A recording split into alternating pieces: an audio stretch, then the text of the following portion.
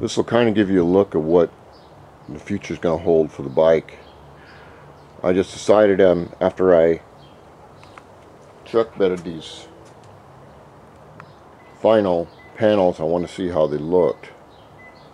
And this is the 23-year-old, I don't know that they have a name for it, but I don't know, package shelf or package panel or something like that. But anyway, you remember it was an ugly gray color with a bunch of problems in it. I had two holes right down here, and if you look real close, you can see a ghost of the where the reflector was. But I smoothed out everything as well as I could, as well as I was going to do it. I could do a really nice job, but it's like spending 2,500 hours on a Volkswagen, something, you know, really old. There's just, you got to spend enough time to do the job right. But this is the last panel that's been done, and I just put a little piece of green tape on here, and on the interior you're not going to see it that much, so I just put enough in there to hold it in there. It's got a little bit of dust on it because it's cloudy. It's been raining here, so I've got some dust on other panels. But this can kind of give you an idea. I wish that was cleaner. Oh well. Actually, that's going to go up and it'll go up like that. Well, once you get your panels, if you can get them all looking pretty good, either black or gray or whatever colors you want, then your colored panels really they really pop out. When I get the back side panels on, and here's the front cover right here. It's got a little bit of pollen on it,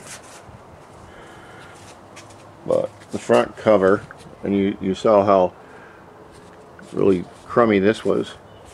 You can see it's kind of really old here, but it'll fit here. Front panel will fit in here, and then of course these are for my gauges on the right and the left, so it's going to come together really nice, I think. And if you're a painter, basically I know what it's going to look like before I even do it. I'm just doing those steps to get it to where I want it. But see how the front wheels and the shock, you see how they contrast against the new painted panels? It's just these little things that really make the bike stand out. And there are a few dudes, guys, young people on the street that know how to do this, and know how to do it enough. Sometimes they overdo it.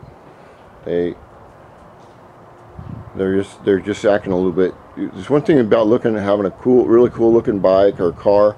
There's another thing when you're looking a little desperate.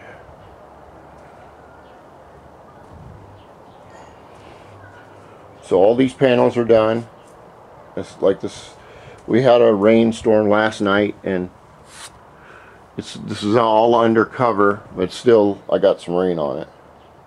There's the rear fender, and I hope you like the way the package deal is. It'll really pop when I get the gauges in, because the gauges really stand out well. I found another